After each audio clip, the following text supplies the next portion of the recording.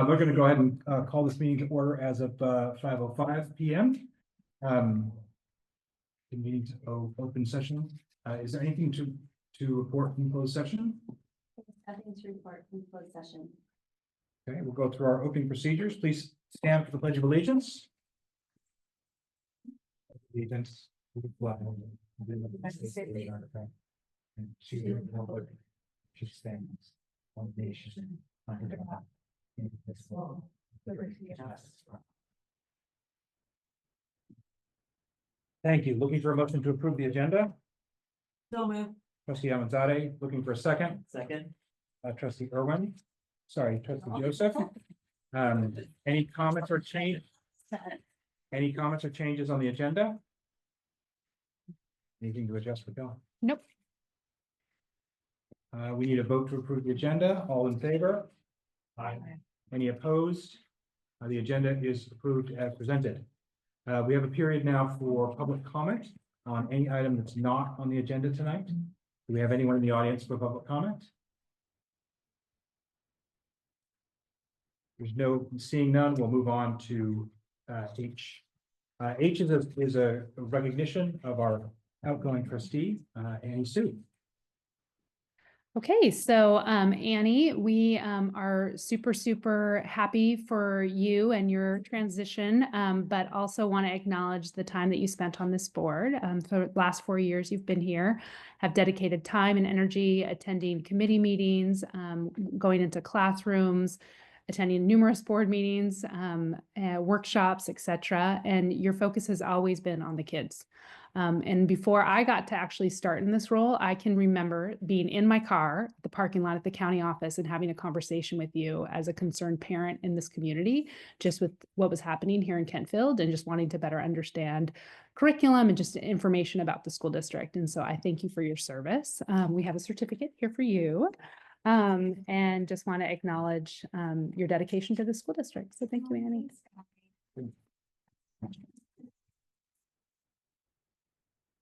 And having served with Annie for all those 4 years, I'd like to add my recognition of Annie's deep commitment to the students and to the district in Kentfield. She has been a voice of reason throughout these 4 years, working hard to get the kids back to school during COVID and building the district, and always with a focus on the students. So we appreciate that. Thank you for your hard work. So we are swearing in a number of trustees tonight. So Annie, that's it.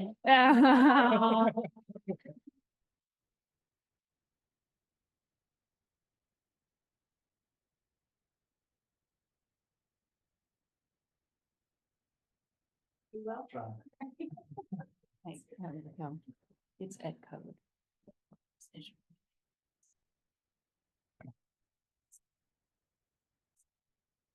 Raquel, do you have a preference on the order here? Let's get Larry in your seat. Yeah, so we'll do the oath. Give me 1 second, please. Yeah, that's at the end of the meeting, so we can talk about that at the break. Okay, so I think our next step is the oath of office for our new trustees or renewing trustees. So we'll start with Larry Moscato. So Larry, if you want to come on up, and I'll stand with you. So if you want to come right here. And so Larry is joining us for a 2-year term. He's filling a term that was previously occupied by Sarah. So will you raise your right hand, Larry? And repeat after me. I, Larry Moscato. I, Larry Moscato. Do solemnly swear or affirm. Do solemnly swear or affirm. That I will support and defend the Constitution of the United States. That I will support and defend the Constitution of the United States. And the Constitution of the State of California. And the Constitution of the State of California. Against all enemies, foreign and domestic. Against all enemies, foreign and domestic. That I will bear true faith and allegiance. That I will bear true faith and allegiance. To the Constitution of the United States. To the Constitution of the United States. And the Constitution for the State of California. And the Constitution of the State of California. That I take this obligation freely. That I take this obligation freely. Without any mental reservation. Without any mental reservation. Or purpose of evasion. Or purpose of evasion. And I will well and faithfully. And I will well and faithfully. Discharge the duties upon which I am about to enter. discharge the duties which I am about to enter. Congratulations, sir. Thank you. Welcome. Thank you.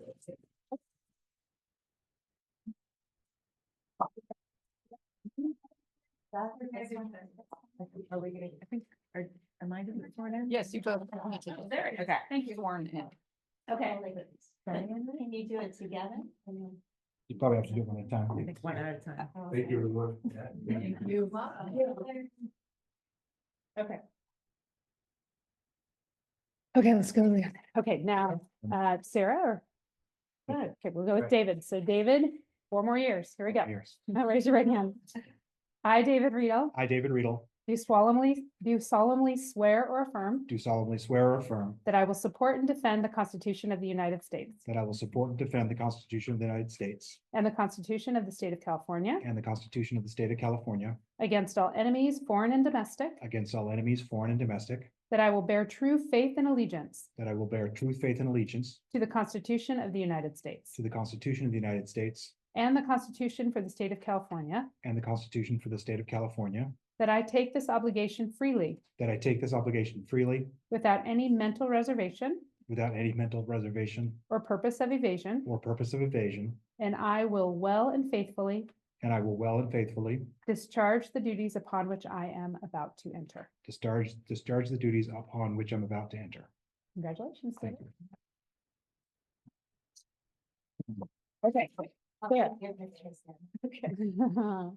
Okay, repeat after me.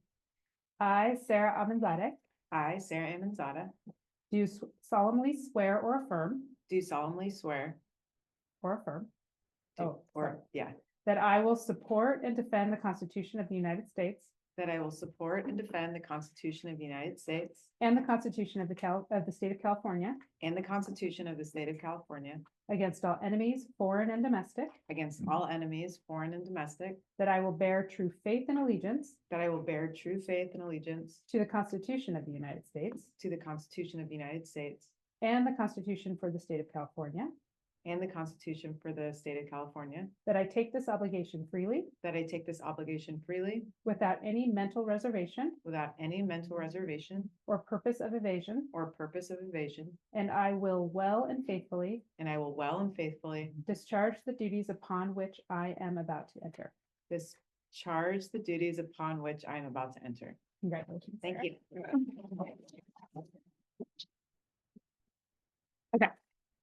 Okay, So moving ahead with J1, a quick finance update. We'll be hearing a lot about finance tonight. We'll be looking at the first interim results. I am reminded of a presentation we had last night and something we've heard consistently from the county as well as from the CBO and the reading of our own budget and projections. The district is operating in a structural deficit. Our costs are higher than our expenses, and we need to find ways to support program and in support of our students while addressing that structural deficit. And you'll see some conversation of that tonight. Moving on to employee organization reports, let's hear from KTA.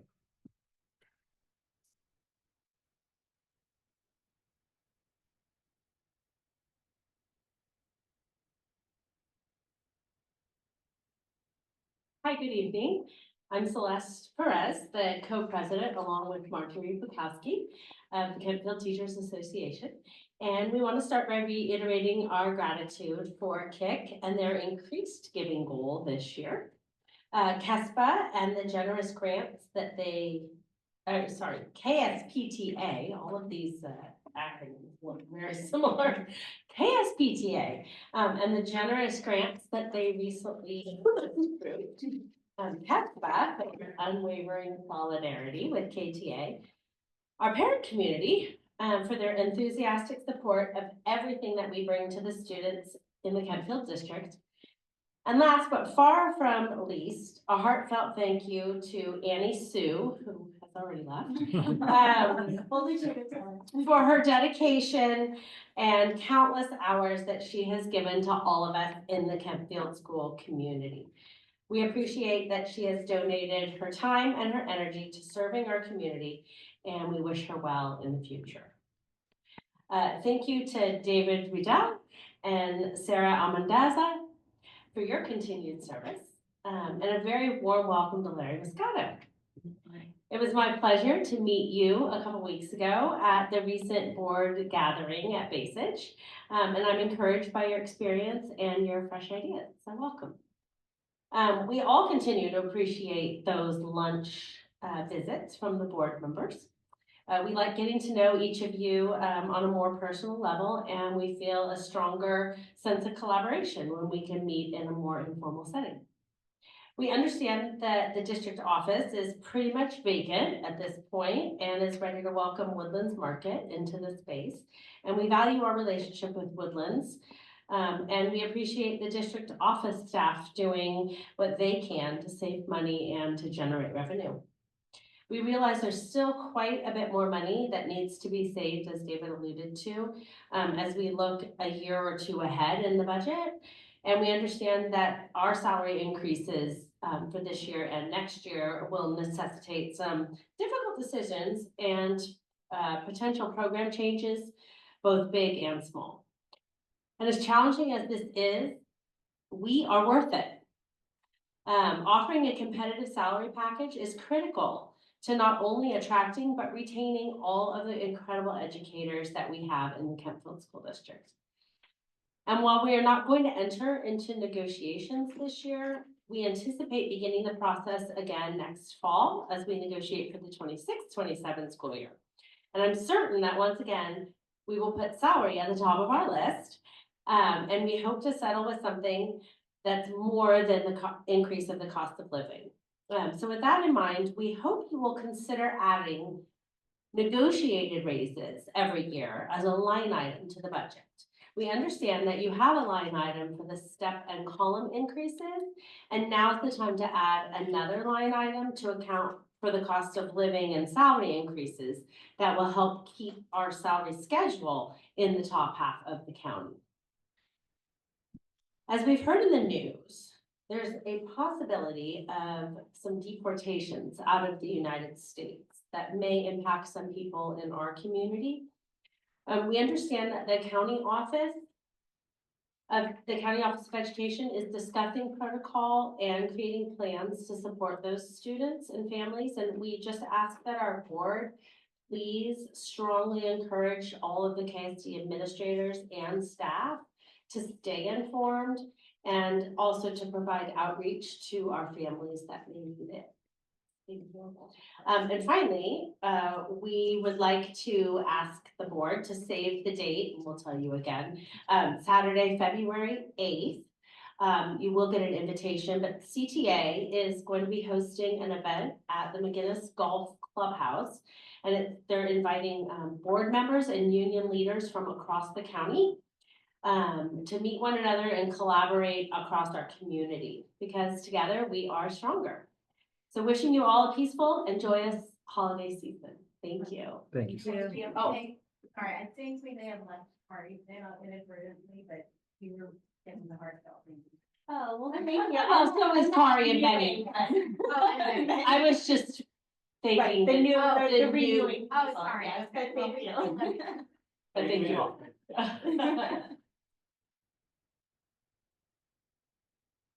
Good evening, I'm Gretchen Harris, and I'm still the president of KESPA.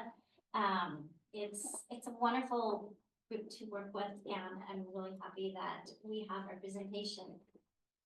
We'd like to express our appreciation for the collaboration of all of the teams present here. It was a long journey to get to where we are, especially in negotiations, and we appreciate the creative thinking and actually, in a sense, almost bargaining with KTA. And it felt like much more of a team. And in fact, in bargaining, the unions are privy to a lot of information regarding the financial well-being of the district. And this information is neither secret nor private, but it feels like a huge privilege to have access to this information. And this helps all of us shape the direction our district goes in. But of course, we all have different ways to interpret that information. However, our ultimate goal here is to always provide the best education for the best students. And we appreciate the latest round of updates too, the meeting last night, the meeting that you had at the various school sites. And we especially appreciate knowing that more of our stakeholders are being invited to share that information. Our parent community is every bit as important as the educators in the Kentfield School District. And while we all know what's available as resources and we can all see the shortfalls, we all can prioritize and highlight the greatest needs in our district. We have an amazing creative resource here, and we're happy to include everybody and hear everybody's opinions and look towards what you'll see in the first interim report and see where we can get super creative and keep this amazing education coming around for our young learners. In education, we are fortunate to celebrate a new year twice. We have the beginning of the school year where you have all the new pencils and all the supplies and you get all your teachers and you have all those great beginnings. And we get to celebrate the new year again with the calendar year. And on that note, KSPA would like to extend warm wishes to everybody in the new year. We wish you well. We wish you peace. We wish you comfort and we wish you joy. Thank you. Thank you. Thank you. Sorry, really quickly, I just wanted to say there are a couple students from the broadcast journalism class who are here, they're doing a piece on the school. Oh, board. great. So is it okay if you guys, if they film just a little bit and? Yeah. then don't- Yes. Okay. Yeah. Absolutely. Cool. We don't have to do a little footage. Do you want to tell them? I'd let Shannon know. So now we're going to hear from Kick. Noah, we're gonna hear from you.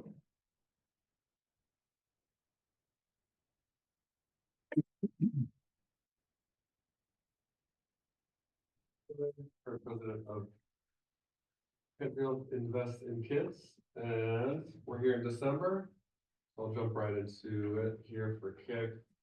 We've been focused on our main campaign these past few months. Probably have noticed our family giving drive, and we're doing pretty well. So year to date, we're at about $800,000 net raised. That's out of our $1.25 million goal. So it's about 64% of where we need to be for the year. Compared to last year, we're just about flat. And as you know, last year, our goal was 1.1 million, but we did have a significant overage last year. So we're still confident and we have our eyes on that $1.25 billion goal. We still have a lot of work to do. So we're going to keep dialing for dollars, emailing, calls.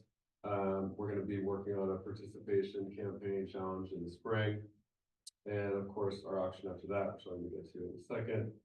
And so still a lot to do, but I just want to thank all of the donors who stepped up already in our community. And also a big shout out to the Kick Board. Been doing a lot of work on to make awareness and get those dollars in. So thank you so much to the whole Kick Board for all of your efforts. And in the new year, we'll be transitioning on top of what I just mentioned into auction. We set the auction date. Our spring event will be on May 3rd.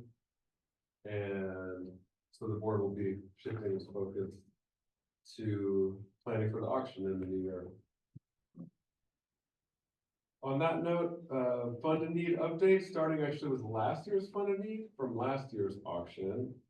We were very pleased to get most of it complete with the district's, of course, help before the start of the school year. So all of the blacktop refreshes on both campuses and the repaving of the long jump track at Kent were all complete before the start of the school year. And we are, I know the Raquel, Ramiro and administration are working on completing the last piece of the project, which is the repaving of the Kent long jump track. So that's proving to be a little bit more challenging, but it's going to be complete sometime in the next few months. So, and then we'll be working with the administration and Raquel and Grant and everybody at both school sides to come up with what's the biggest need for our upcoming auction for the next funding need. And just kind of wrapping up the fall, in addition to our commitment that we've been giving those quarterly checks to the district that goes right to the budget, Kick also funded the 3rd annual Kent musical, which was a big success. Also, the 10-week drama programs just wrapped up over at Basage for second, third, and fourth graders. And so we hope to continue these programs in the next year.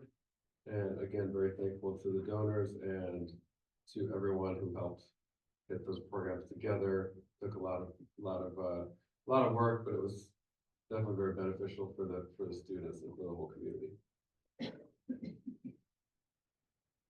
The budget, myself and Joe, our treasurer, we attended the budget update last night, and so we know that there's challenges ahead, and we're gonna, there's lots to do within our community, and so, KIC is obviously prepared to work with everybody, the administration, the community, and really be a part of these discussions and help to find the best solutions. We're really happy to see that KIC's impact is making a real difference. When we looked at the numbers that Michael gave last night, seeing that, and that our commitment going from 1 million a couple of years ago to 1.1 to 1.25 million this year, made a huge impact, right? Because without that increase, this budget cut would have to be higher. So, and that's again, really due to the commitment of this community really stepping up and making sure that we don't lose programs and high quality of education that we all depend on. And so on that note, any parents are listening and the parents in this room, just thanks for everybody who stepped up. There's a reason why we're asking for more money this year. There's a reason why we're trying to make sure that everybody participates at some level. Anything helps. It's all part of reaching our goal. And it's really important for the future of this district. So thank you, everybody. Thank you. Thank you, Noah, and thanks to the whole board. We know how hard you guys are working. We appreciate it. And KSPTA?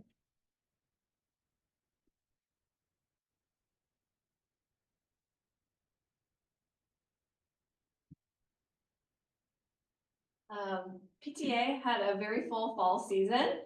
We started off with a successful membership drive, and we did the grade level parties for each grade at Basage. The monthly hospitality staff breakfasts have been happening all fall. And we're coming off of a wonderful winter market, which we just had. We had over 100 students, both Basage and Kent participate. And we look forward to the next one at Kent in the spring. And I'd like to thank Tracy Wilda, our events coordinator, for all of her coordinating and work to make that beautiful winter market event we all had so much fun at. Second grade garden is in full swing, and with a recent harvest from our garden leader, Maria Sweet, she was able to harvest and create beautiful edible bouquets for second grade teachers and enrichment teachers, as well as some office staff. So thank you to the second graders for their awesome work, and hopefully some enjoyed the bounty. Our Basage company. So they will continue to work on their garden learning throughout the school year, and first grade will begin their 5-week unit at the end of February. For our grant program, we were able to fill all the grant asks. This was great, and we were so happy to see all the creative ideas that came and took part of this opportunity. So thanks to everyone who participated. Excited to see that all come to fruition. Coming up, we have a Kent community event, and it's going to be a chili cook-off on Sunday, January 26th. And all staff and KSD community is welcome. If you want to come and have people taste your chili, there's awards for different kinds of chili, and then if you just want to come and taste it. And then we're also going to have a football game, since it's, I think, playoffs during that time, streaming. So hopefully families will come, and it's nice. Our goal is really to bring community events to both schools, and so we thought this would be a great opportunity for Kent families to participate as well. So looking forward to that. We're going to do a movie night at Basage on Friday, January 31st. And we're happy to bring back the fantastic Lion Dance Company Lion Dance Bee for the second year. They will visit Bay Ridge again, the second time, and then they're gonna be coming to Kent as well this year. And this is the Friday before Lunar New Year. So we're so lucky to get them on the calendar. I'm excited to have all KSD students experience such a wonderful performance. And one of my favorites, the Bay Ridge Talent Show, signups open at the beginning of the new year. And this is the 6th annual Bay Ridge Talent Show. And we're really looking forward to seeing all that the 3rd and 4th graders come up with this year. Again, it's always super fun. PTA begins our nominating process, starting in January for our next year. And more messaging will come to the community about that in the new year. We look forward to continuing our partnership with the district and both school sites, and thank you all for your collaboration and effort this fall with us. Thank you. Thank you. Thank you very much. Thank you. Can I make a request to staff that we add these KTA and KIC dates to our pertinent dates calendar? Sure. So moving on to K1, superintendent report. Superintendent Rose. Okie doke. I just have some quick updates. So while the display gets ready, and 39.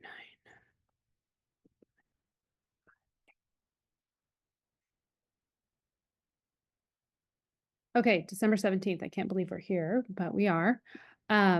So updates I have is just the first one is around UTK and the College of Marin partnership. So that is something that's been ongoing. There, you may recall the last time I brought this up, we had been in conversation with not only Kentfield, but also Larkspur, Corte Madera potentially being part of the partnership. Larkspur has decided that they are not going to participate in the partnership. It's not going to work for them at this point in time. But College of Marin is very much still wanting to move forward as long as we can get all the ducks in a row. They actually have they have a board meeting tonight as well, where they're going to be approving some information related to the staffing pattern. So that's the one thing that they've been holding off on. I'm meeting with their assistant director or assistant president Thursday, as well as their office manager, to talk through their registration process and compare that to our registration process so we can really start to get things more aligned and update our community accordingly. So our plan is to move forward. They have 48 slots where they could serve students there, and they are a California State preschool program. So any of our students are eligible for that would ultimately get access to that program in that way. So nothing's solidified for sure yet, but we're moving in the right direction. So excited about that. Last night we heard folks mention the informational forum that we had yesterday evening.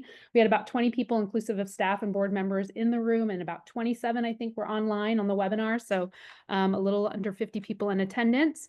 Our purpose of yesterday's meeting was really to give folks information related to our financial landscape. In a bit here, you'll hear Michael speak to our first interim, and some of the slides that were shared last night will also be repeated tonight, just to highlight some of the pieces related to our reserve and just the necessary steps that we have to take to be sure we're meeting our minimum requirement and then some.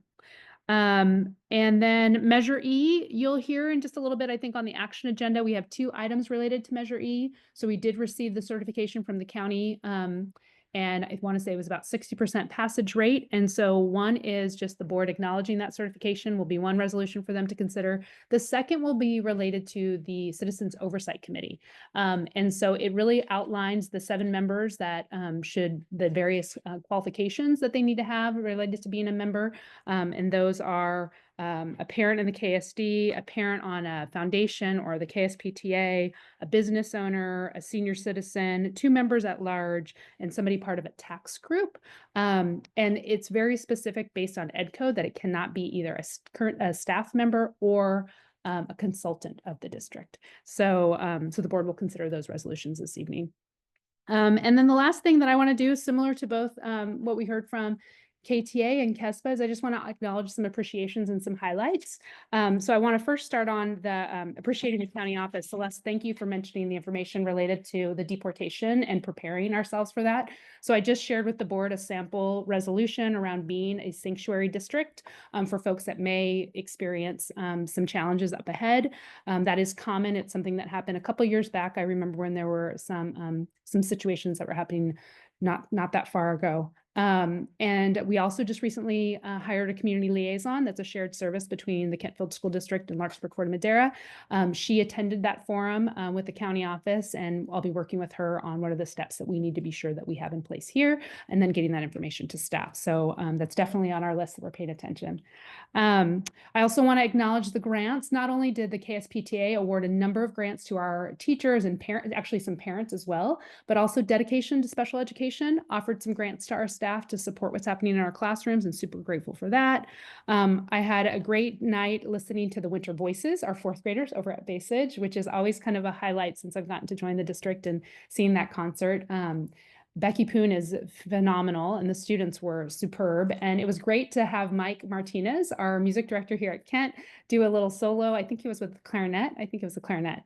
So it was pretty special, and it was packed house for that. The middle school dance. So I got to see the middle school dance. That's one of the benefits of being on the Kent campus. So I was finishing up on Friday night, and Grant was here organizing and getting the hot chocolate ready and such.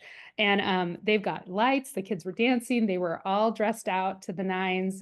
Very, very special event. So thank you guys for having that opportunity for our Kent Falcons 7th and 8th graders, and the parents that were here to support as well.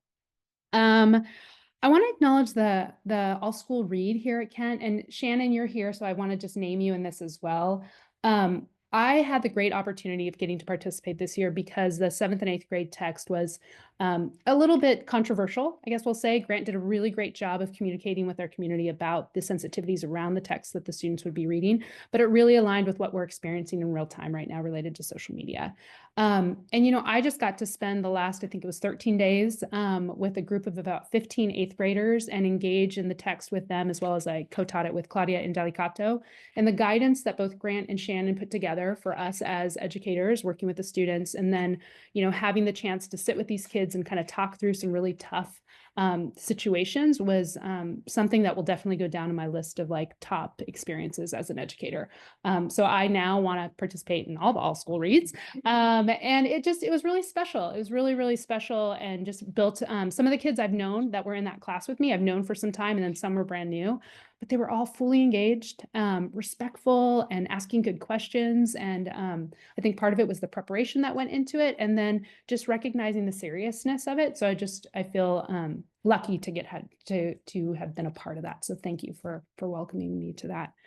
I also want to acknowledge at Basage, there was a really, really great newsletter that Maria pushed out, I guess it was last Monday, related to the report card, and really highlighting the socially conscious 8th grader. And that's something that was developed quite some time ago now. And with the team at Basage, I think Marjorie, you sit on the social justice committee. I think you're the head of that group, and really highlighting those standards and adding that to the report card. And that was a lot of work that's taken some time. And then highlighting it the way in which you did in the newsletter, and then having that principal chat to talk about that aligned with the CKLA adoption. I think there's some credit there. So just wanted to call out a couple of those things. And last but not least, I want to acknowledge Michael and the team at the district office. So, you know, this time of year is kind of a crazy time of year. And we have folks that are, you know, helping organize us for the move, and we're in what we call phase 2. And we've had, I think, 2 meetings now helping folks get ready for that move. And today there was more the data inputs and the electrical. Tomorrow the partitions are going in. We're right on schedule. And you might see 2 gentlemen in the back, Arturo and Damien, who have been helping us along the way to be sure that we're fully set. The movers come this Friday and next Monday. Boxes are getting boxed up. I want to acknowledge Jessica Carroll for volunteering to help support us with some of our move as well. She's very organized and does that well. So I feel like we're in really good stead. So thank you, Celeste, for acknowledging the district's office place and wanting to support our school district and continue to think about ways that we can be creative.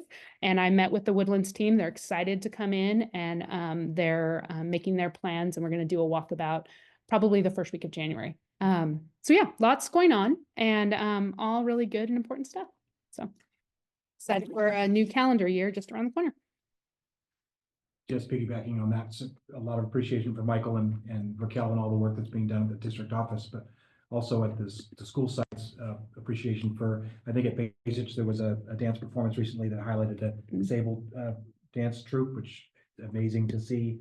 And I think Grant, setting the school up for success on the whole school read, really a testament to your commitment to growing these kids and this whole community in a very constructive way. So we appreciate that.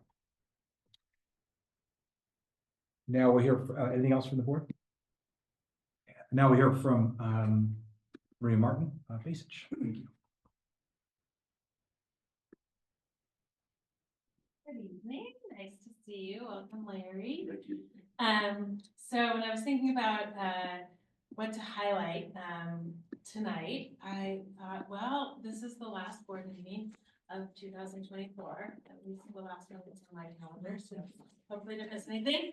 And so I was just thinking about 2024, which of course spans all of this school year so far, some things from last year as well. So I could talk for hours, but I won't, I promise. So I'm just gonna have a couple of buckets. So I wanted to think about 2024 and literacy at Basic, and just highlight all the professional development that we were able to provide and engage in as a staff. We had many teachers, paraprofessionals, just kind of leaning in to learning about how kids learn how to read and how we as educators can support that journey for them, which led us to several different pilots. We piloted a new assessment tool, Dibble's M-Class, which we are now all using. It was a pilot last school year, and now it's just, we're about to administer when we get back the middle of the year Dibbles.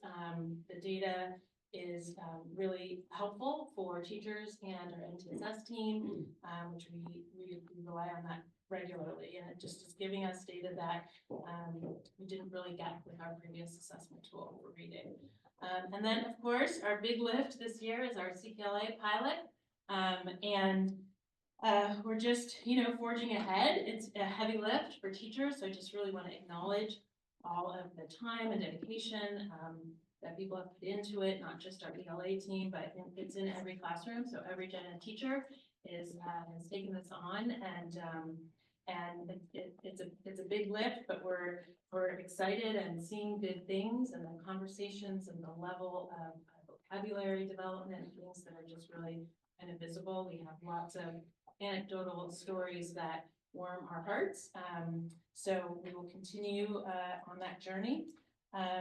And the other kind of component of literacy that I wanted to highlight was our emphasis on language development, and really seeing in our data that when we support kids who are learning the language and get them to that level 4 on the LPAC, that they really show us that they are then ready to meet all of the grade level expectations. And so we had an incredible reclassification ceremony recently, 26 Basic Bears achieving that accomplishment. Moving on to math, we did a pilot last year, and we are getting ready for iReady. iReady is the 4th curriculum that is part of this pilot that started last year and will continue. And the teachers, one teacher at each grade level is on the pilot team for iReady, and they've already gotten started. They were supported by our iReady pilot team, who came to help administer a diagnostic assessment for those teachers and students, and that was really successful. So we feel like we're well positioned to just hit the ground running in January when we get back. And the timeline is January to April for that pilot, and we really looked at the scope and sequence of what is being taught at that grade level in the Eureka Math, so that we are making sure that the students who are participating in the pilot are getting all of the standards that are taking place in the other classrooms. So, so those are some kind of academic highlights. I wanted to touch on SEL, social emotional learning, that has been really at the forefront of a lot of what we've done in basic of 2024. From implementing the toolbox project to implementing and improving our team time, our social justice standards on the report cards for the first time, collaboration between social justice and team committees. Our next session of team is all around upstanders, and we have chosen 10 different people, upstanders, to highlight who represent a variety of different lived experiences, perspectives, and backgrounds. And we're excited that every single basic student is going to get a little snippet and learn something about these 10 people. You know, we talk about at Basic we all belong, and we use those words, but I think that we've demonstrated that they're not just words, that we really put things into action that make people feel welcome and belonging and a sense of belonging. And as impartial, part of that is our reduction in chronic absenteeism, which is tied to that. If kids feel a sense of belonging and they want to come to school, they are more likely to do that. And so we are happy to report, and as the dashboard has indicated, we have improved significantly in that area. Let's see. Oh, leave it back. Our counseling program is really strong. Currently, our counselor, Sarah Fudran, is running several groups from wiggle worm groups, friendship groups, who might struggle in that area, to resilience groups, students who could use a little work in there. So she has groups right now that are serving about 24 general education students, targeting those areas. I love sitting in on those groups. You know when it's the wiggle room group. Walk by the conference room and you're like, aha, it's wiggle rooms, wiggle worms.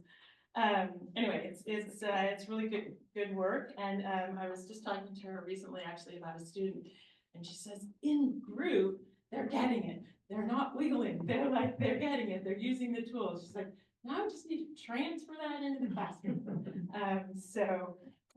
Anyway, that's all happening. Thinking about MTSS in 2024, and shout out to Cass for all of her work in coordinating that group and setting our agendas and keeping us on task. I just did kind of a quick scan of students who we've served just this year through MTSS. We have agendized 53 different students. And so what I mean by that is we have taken time in our MTSS meetings to talk about 53 different students, anywhere from concerns about reading or math or behavioral concerns or attendance concerns, and at various stages of that process, whether it's we're going to do this in the classroom for them, or we're going to connect them to Sarah Fudran, or we're going to have an SST meeting, or we're really concerned about the data and we tried level 2 interventions, and so now we're going to think about assessment for special education. So it runs the gamut, but and then on top of those 53 agendized students, we also regularly as an MTSS team look at data and progress monitor the data for students of concern that make it onto the students of concern list through the data from DIBELS and from MapGrowth. So also regularly keeping eyes on those kids and seeing how they're progressing. So those are all things to be proud of. And then the last thing I just kind of wanted to highlight for when I think about 2024 in BASIC is just our commitment and to community and parent engagement and the evidence of that. We have heard from KIC tonight and KSPTA, and I don't need to re-highlight all of the things that they highlighted, but we work in collaboration with them to do things like drama and blind dance performances and garden programs. So we're just so appreciative of those partnerships. And then parent engagement. We have volunteers, we have car line volunteers, we have lunchtime volunteers, we have are for bear volunteers and library volunteers. So there are always parents on campus at Basage, and it's a great thing. So also monitoring our conference participation and really being supportive of you know, having translation services so that we can really reach that 100% goal for conferences. So when I think of 2024, it puts a smile on my face. We have a lot of work to do, and I think 2025 will be a great year for us as well. Great. Any questions from the board? Not for me. Thank you. Can I just say, Yeah, please. can I just say, thank you for your efforts so intentionally to make Basage a welcoming place. And it really warms my heart because Henry is so excited to go to school, and sometimes we'll run across the street with the help of the crosswalk guard. And I don't think that's inevitable in any elementary school. And I just, from the bottom of my heart, really appreciate everything you guys do to make it a place where all kids can see themselves in the community and feel comfortable. So thank you. Thanks for your support. Thank you. And Grant for Kent.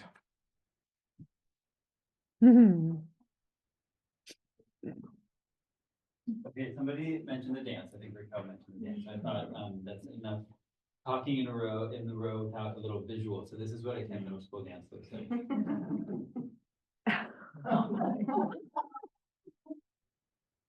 Oh, I'm sorry you don't have the audio effect. I think you get the visual effect.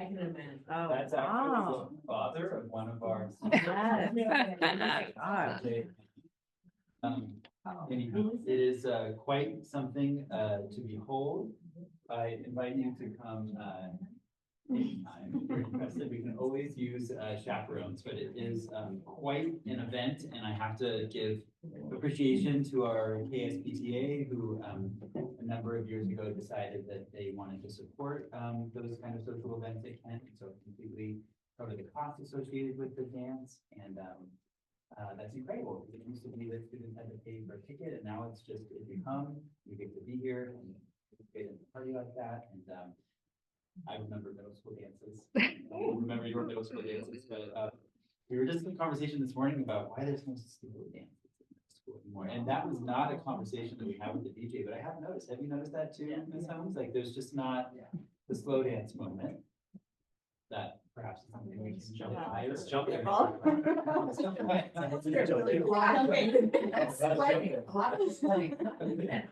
Yeah, who's got time for slow dancing when you've got lots of jumping to do? So I thought I would take us through kind of where we've been as a school since our last board meeting, and then where we will be going to the next time that we get to come together. So as Noah had mentioned, we had a wildly successful fall musical. Which actually happened that weekend following our last board meeting, and that was High School Musical Junior. It was just such an exceptional display of acting and dancing and singing, and really showcased 5th through 8th graders in this very different way of just being a student, expressing oneself and participating in something so different than school.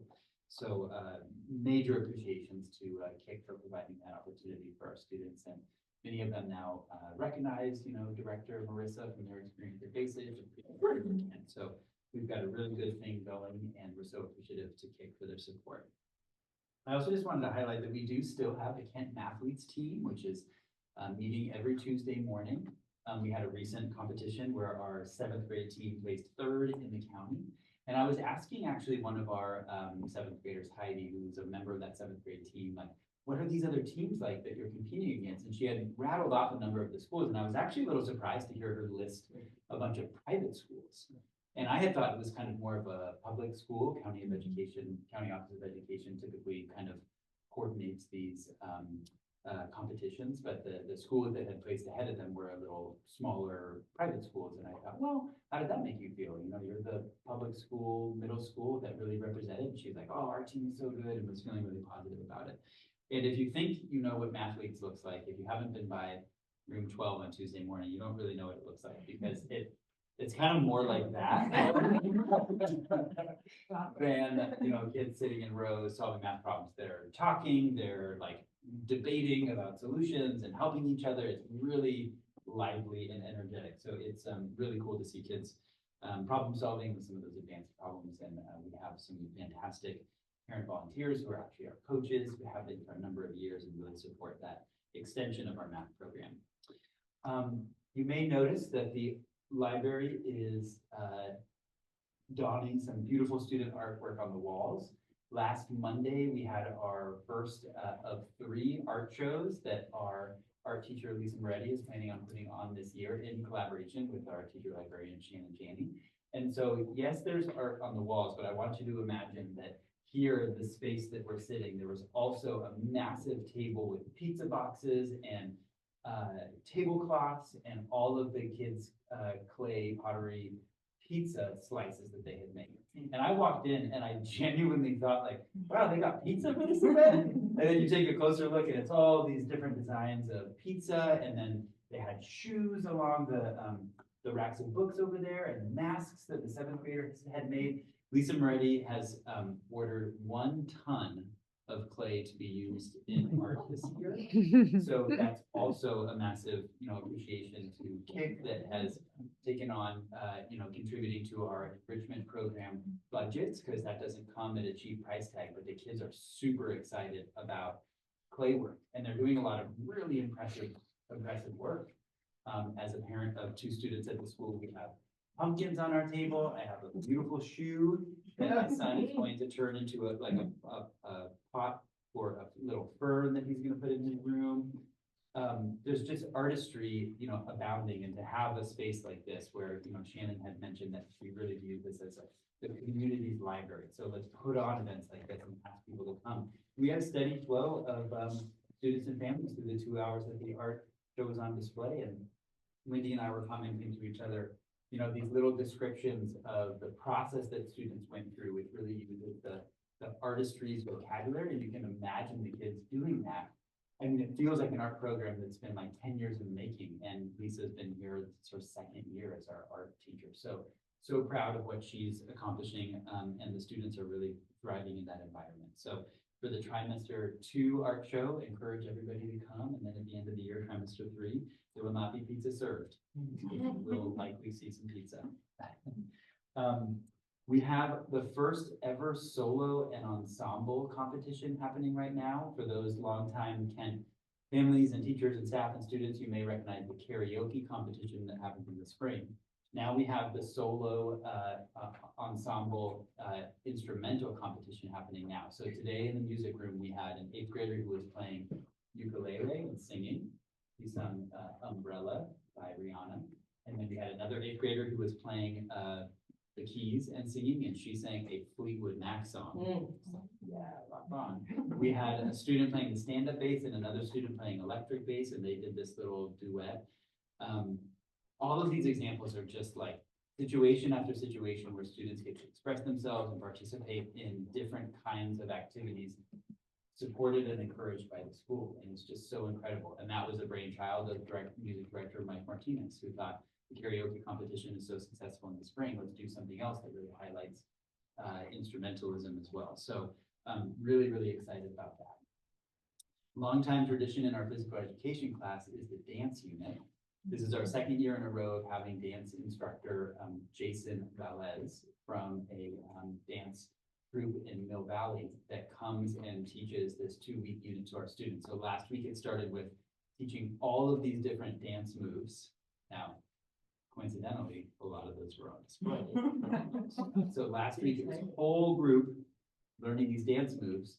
And then this week they're assigned into smaller groups and they kind of piece together a routine. So they take out of this like dozen moves that they've done, they put this routine together, and then they perform their routine for the class actually tomorrow. So I had a chance to walk through PE classes today, and all sorts of really cool routines happening. And there's backflips and there's breakdancing, and then there's like, the little, like Running Man, the kind of stuff, Cabbage Patch, like all sorts of like old school, new school, all the things. And that's gonna lead us up to our countdown court this Friday, where actually some of our students are gonna be doing some of those dances in front of the whole school as a part of our New Year celebration to conclude the year. So I wanted to start there to just illustrate, these are all things that happen when you have a community of educators that care deeply about kids' experience at school.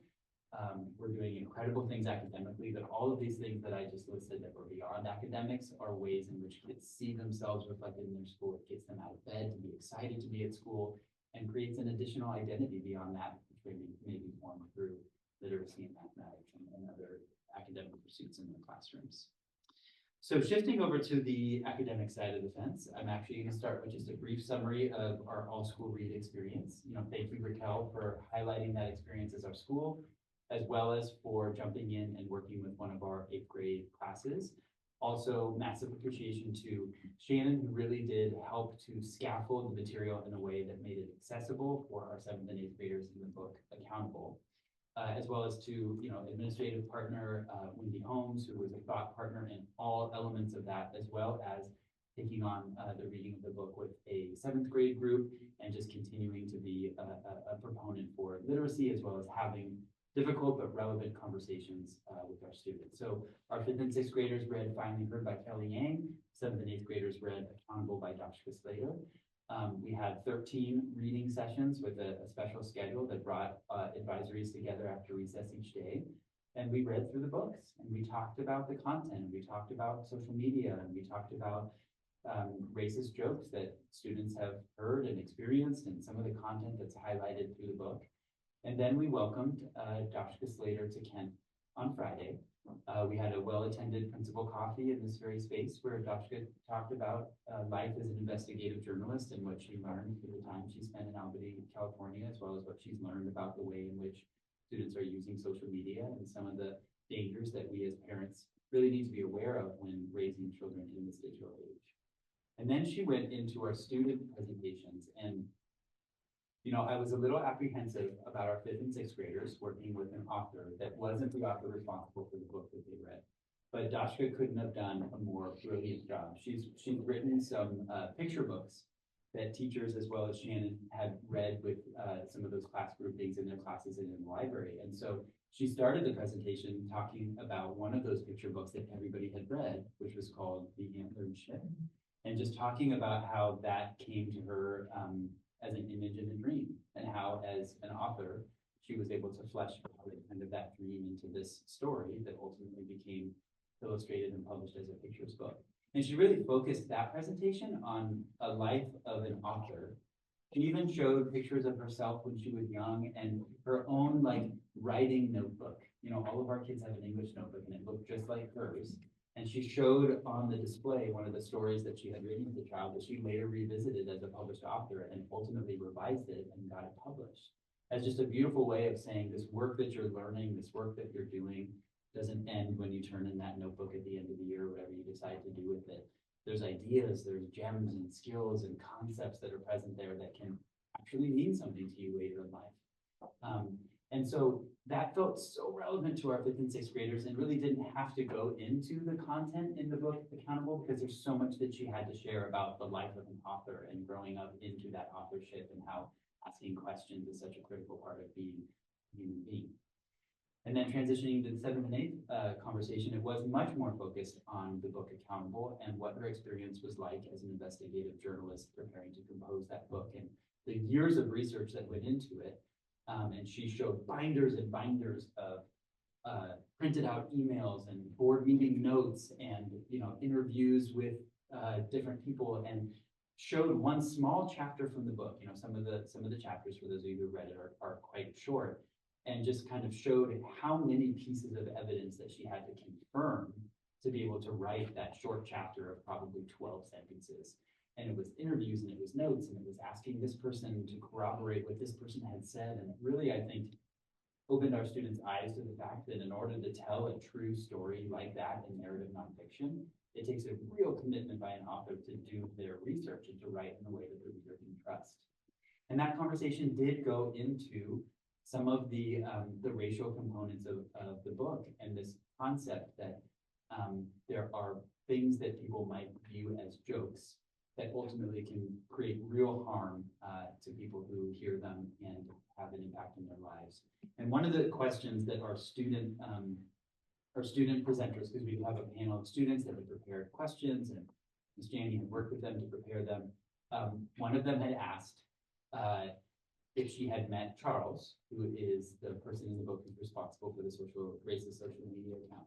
And she had mentioned that she did meet Charles and talked with him extensively. And that one quote that he said was really sticking with her, which was, he said, "Your generation doesn't understand the humor in our generation's jokes."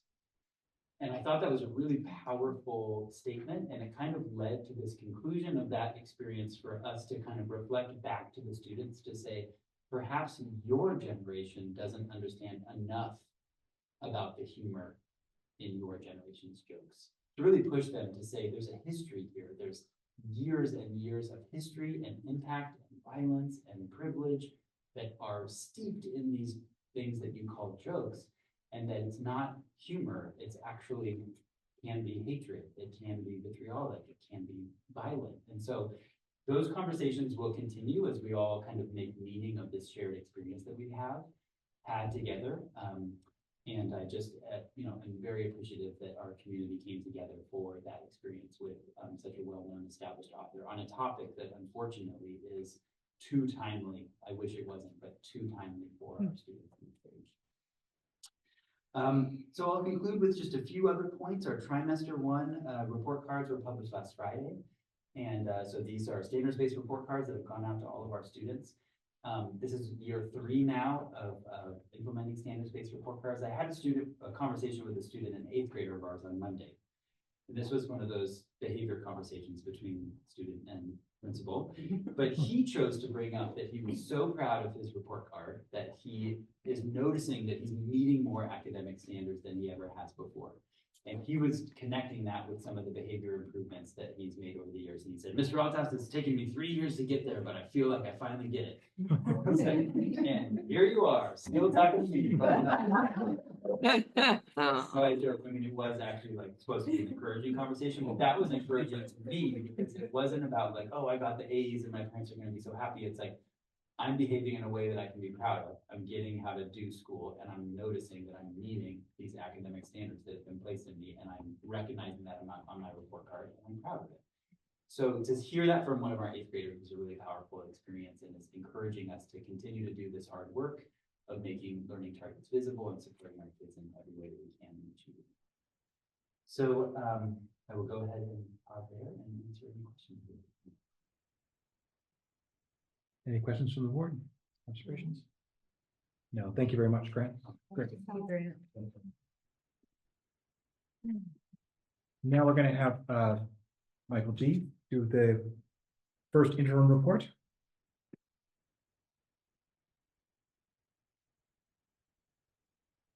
Get this sharing the screen here for a minute.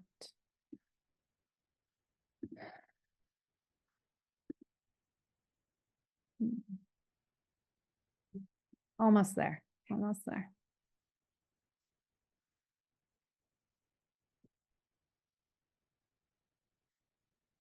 Okay, you are on. All right, some of you have to hear this again. We did this yesterday. Just bear with us. This is our first interim, and the first interim is an update of our budget adoption. We did the budget on July 1st. We did July 1st. So today we have games, revenue, expenses. We have to incorporate that on our first interim. And the first interim is due to our county of certification by December 15. We already said that the SOX report, that the signed document will be mailed to them as soon as we get it to them. So I said, this includes everything that we have actual expenses till October 31st, when our budget is till today. So nobody is on the streets, but at the transfers that we do for October 31st, or we can leave them as is as of today. It doesn't matter how we do it, it incorporates every change we make as of today. As of today, as of last week. So this includes our carryover balances, and if we have any deferred revenue, that's included in there. And the adjustment that we make is for our general fund and also for our other funds. And the projection is till 26, 27. It's the same like our budget adoption, which is currently changed based on whatever changes we have. Slide again. All right, so our budget, general fund revenue, 50%, 57% of our revenue comes from our property tax, and 35% comes from our local revenue. This includes our parcel tax, CIC, ETA, and other gift and donations. So what we see from here is 92% of our income or revenue comes here from local revenue.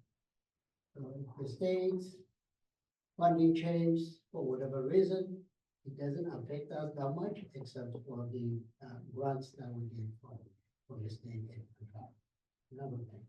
So 7% of our revenue is from the state, and only 1% is from the federal government. On the other side, we show in the expenses, 79% of our expense, close to 80% is our salary. 3% goes books and supplies, and 80% goes for services. The services include all the operating expenses. It's our insurance, utilities, legal, food services, and other transfers to the county office.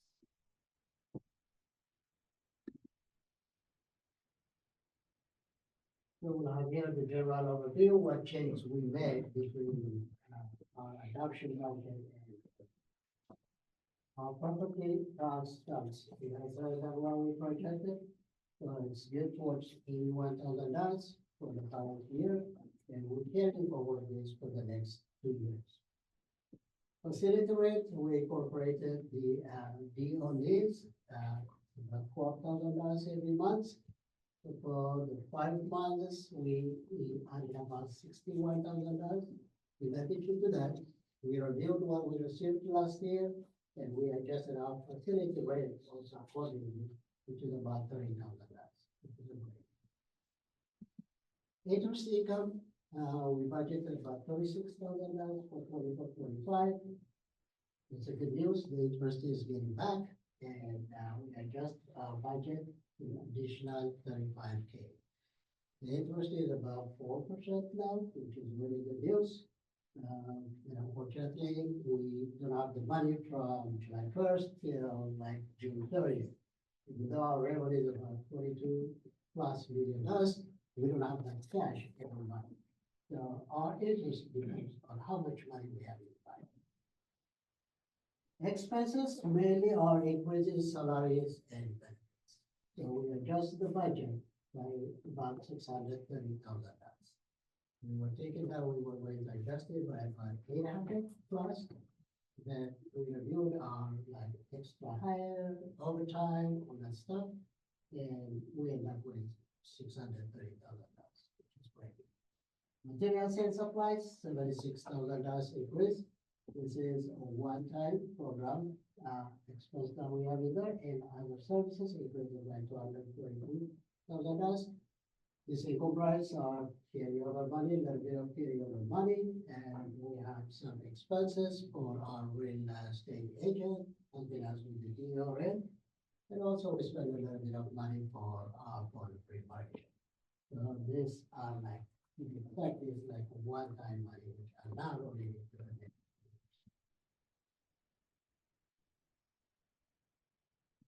Right, this is our general fund, and this is both restricted and unrestricted. So the budget adoption, we were predicting $2.3 million fund balance. We end up with $3.8 million. It's a great news. That's $1.4 million equals to our fund balance. This is a combination of both revenue and expenses adjustment. Out of the $1.4 million, about $641,000 is our revenue adjustment, and about $797,000 is our expense adjustment, which means we're spending a little less and we grow the little. So both combination is $1.4 million. I don't like the first, so this doesn't happen every year. We can go the other way. And this is strictly a one-time money. This is not going on. Whatever we spend out of this 1.4 million dollars, we strongly want to do it only for a one-time expenses, not on ongoing. So this we already seen on the slide before, so $75,000, you know, come from the tax increase. And big increase we have here is parcel tax, donation and gifts, $280,000. I think the big one here is big, $150,000, and a little bit of the interest and the other. So overall, we predicted $22.7 million on a budget. On first income, we adjusted it to $203 million. So the revenue increase is $359,000. So this we expect it to be an ongoing additional revenue.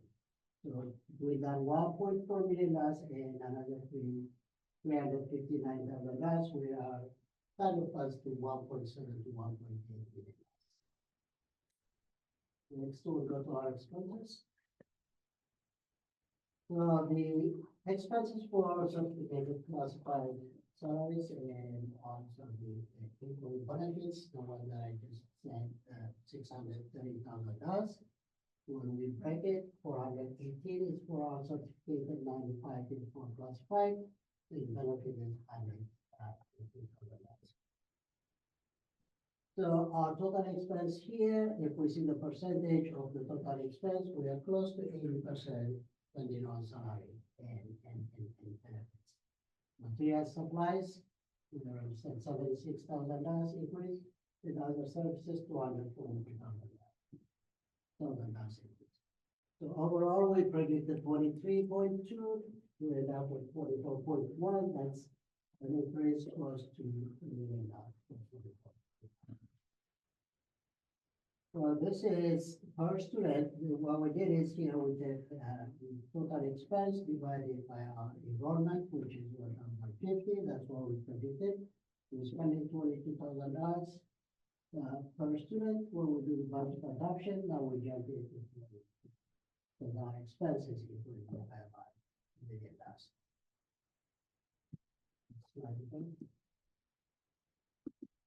So this is our multi-year project. Here the assumptions for our multi-year projection, enrollment is staying 1,050. We have another typo on the ADA, it's about 1,010. The health benefits. So, 24-25, the health benefits improved by 8.75. So we predicted 8% for the next 2 years, 25-26, and 26. Again, it's going to be a little more, or it can be another test. Okay, based on the historical increase that we have, we have predicted will be 8%. We have it here, so to give you just a context, the 8% increase, if an employee takes a full benefit, it's about $23,000 per person. Step and column, we are predicting 1.5. We have been doing this forever, and it's our rate. Property tax 4.03% for the next 2 years. Get our property tax. Hopefully, it will be a little higher, but it's possible that it will be a little lower to 4.3. Predicted for the 2 years. Parcel tax is always a 3% increase on our parcel tax. CalPERS and CalSTARS. So CalSTARS is 19.1%. This is a retirement contribution that the district is required to do.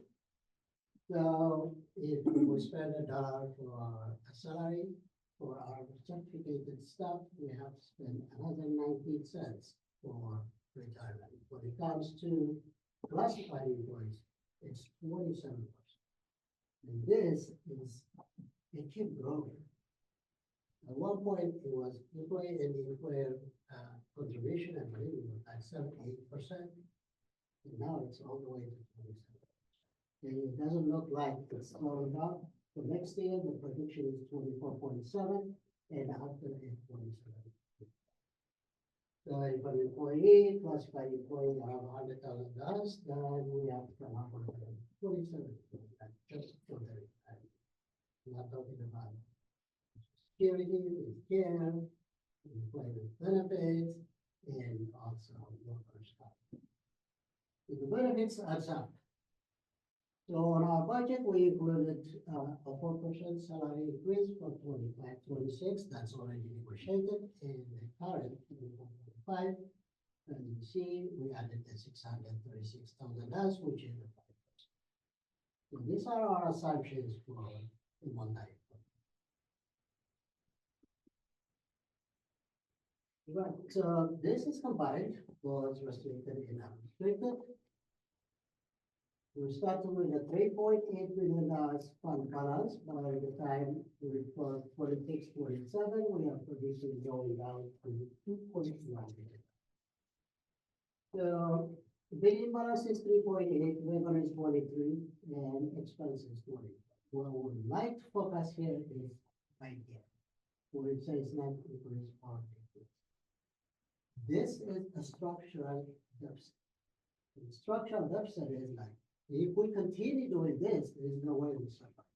So this is what we have to operate. We have to spend whatever we bring. We bring $23 million, our expenditure. Of course, there will be some one-time money, or there will be carryover, which we have a little carryover balance here, about $240,000. So taking that out is about $800,000 we have. It's structural, which we're going to use a one-time money for ongoing expenses. So overall, our ending fund balance for 24-25, we predicted $2.7 million, which looks great, 11.47% fund balance. That's really good. And it's really high because of our big balance, not necessarily because of the difference our revenue in expenses. The 45-46, we predicted $2.1 million, which is 8.99%. And going to 26-27, it's going down a little bit, 8.91%. So what we want to emphasize on this is we don't have any salary increase budget.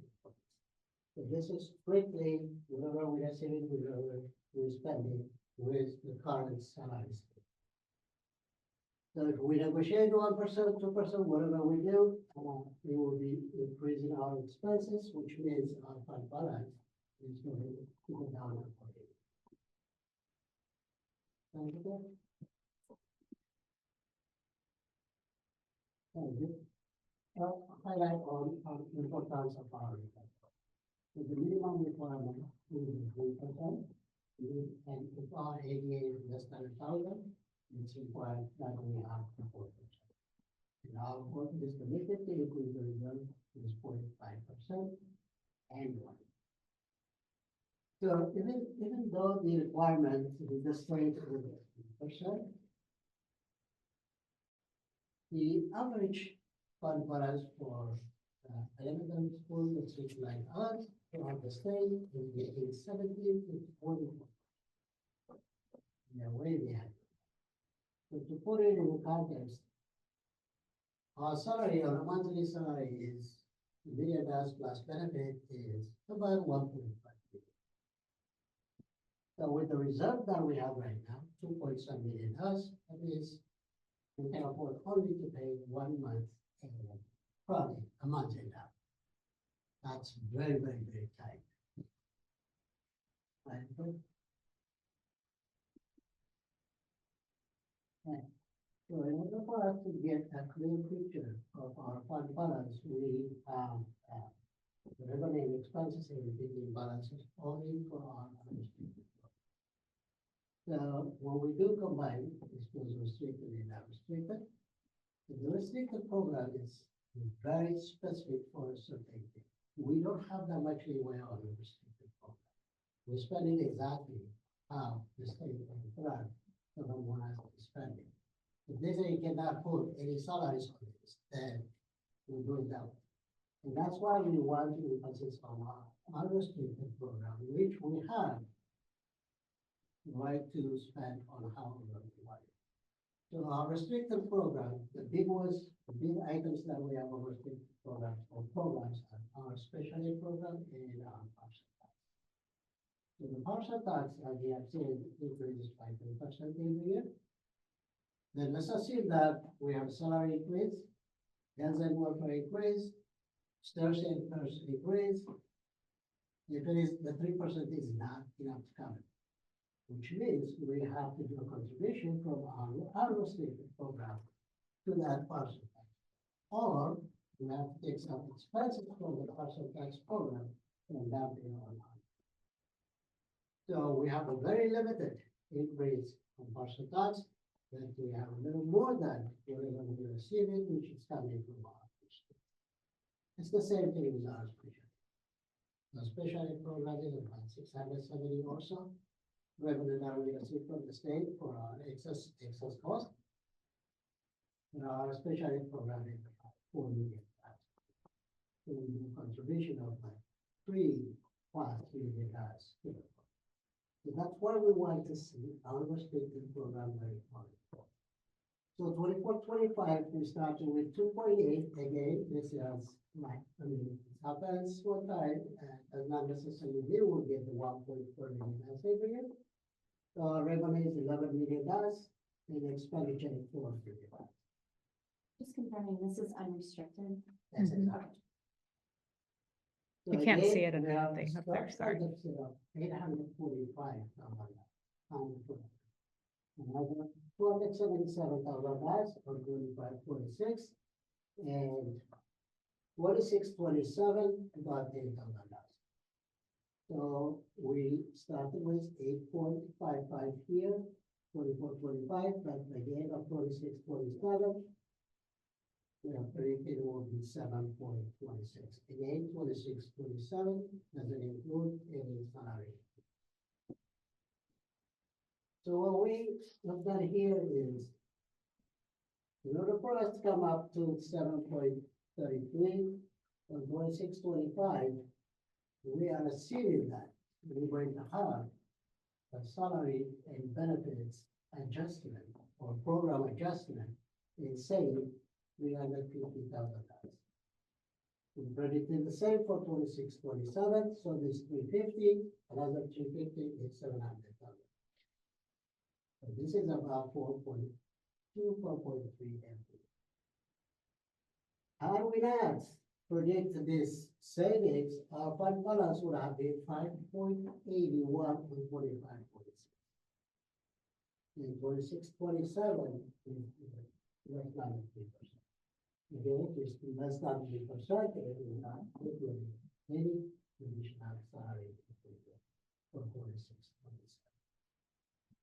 So this is where we want to put a little more time to see how we can have a little better and we fund balance and how we can have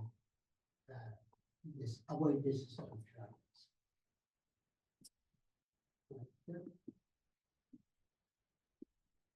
Oh. This is pretty much, Oh, this is the combined.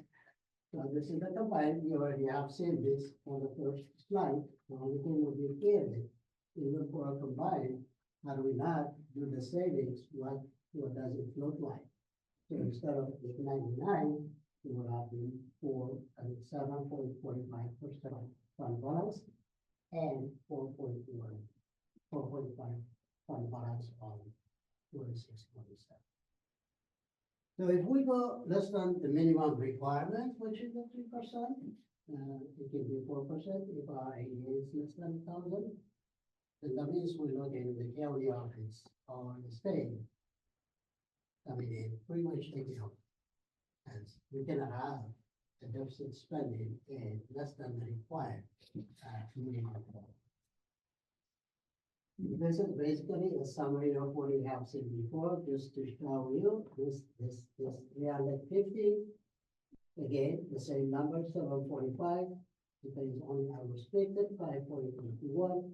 Again, I'm focusing on our restricted, 26-27.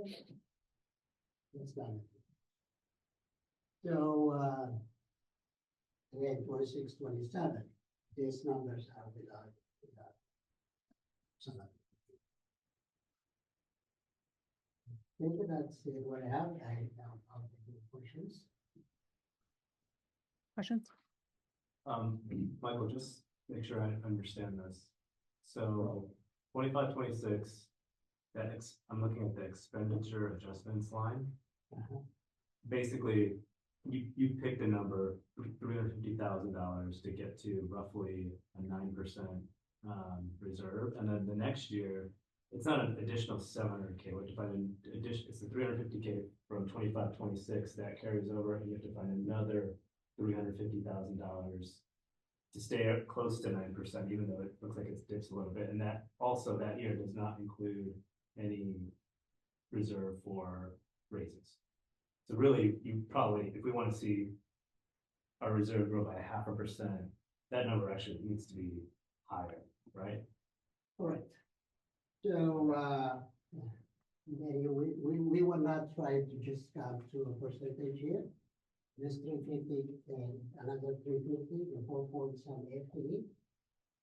We're looking at it as if we do like feels great program adjustment, how many FTE it is.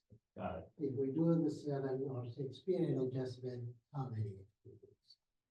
So those are the things that we did, a combination of that, and also where do we want to stay. But mainly the program adjustment is what we can do the program. And those, I just want to highlight, those are some examples. Other examples are restructuring of the district office. So we've decreased FTE in the district office. And our administrative team, so we have one administrative position that we decreased, and then we had some support positions that we decreased or we restructured as well. So, those are just as we're looking at FTE, because the budget is about that 80% is focused on the staffing component. But even with those, you saw that other slide that spoke to the structural deficit, which is trying to relay the message that there's a change that needs to be made within our school district, because even with these savings, we're still spending more than we're bringing in. Emphasis on that too. We are here now, or here, because of that big fund balance that we started on 24. And that will be depleted if we continue deficit spending. And that's why we call it, this is really structural deficit. Well, I think it's also important to name, because I've been asked, well, could our assumptions change? They could, right? Our property tax growth could vary. It could go up, it could go down, right? We've been flat with the CalSTRS for a while now. The state could come in and increase that. So there's just things that are like we don't know necessarily. So we just want to be mindful of that as we plan forward. I do want to name that there has been an ongoing interest in wanting to be sure that we maintain a competitive salary for our staff. So we can anticipate that for 26, 27, there will be some increase there on the salary front. We don't know what that is. And we heard earlier today from KTA an interest in trying to build that in. That was a question that came up last night, and Michael answered it related to the guidance that we get from School Services of California is not to build that into your budgets, but just based on best practices. But I think it's important that we continue to highlight it. That has been things that have come up at meetings that I've been at with staff, just wanting to be sure that the board and administration is thinking about that ahead of time. So we can kind of just be mindful that we're prioritizing our students, we're prioritizing our staff. So. Other questions? Michael, when the state or when the county looks at taking over, when they look at this 4% or 3% reserve that God forbid we never want to touch, do they look at combined or they just look at unrestricted? I think they look at it and combine. But if we stick with the combined, it's pretty a full street. Yeah. We don't have a lot Understood. to say for our restricted part. Understood. And they did give us guidance, as you saw in the letter, David, that Yeah. we have a structural deficit. We need to make changes. Yeah. So they were very clear about that. And this isn't the first time they've given the district that message. And so, our restricted dollars has decreased over the last 4 years due to the COVID influx. And so it makes it a little more obvious now. Absolutely. I get it. And I do want to name, we have been making changes. So it's not like we've stayed steady since back when the last time the district was looking at some budget adjustments. So there has been some significant adjustments that have been made over time.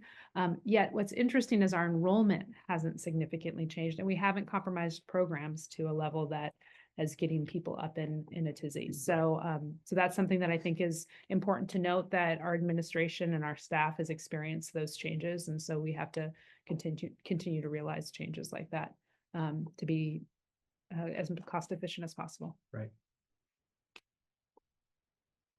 Michael, just a quick heuristic, 0.5% extra reserve, is that roughly 110K, is that right? That's right. 120, okay. 0.5%, 20, 1% salary increase, but then will be expense adjustment that we have now is roughly about 170 or so. Okay. You may not know this off the top of your head, so it's okay if you don't, but what is the equivalent of like 1% of properties? 1% is, I would say about 120 or so. Very specific.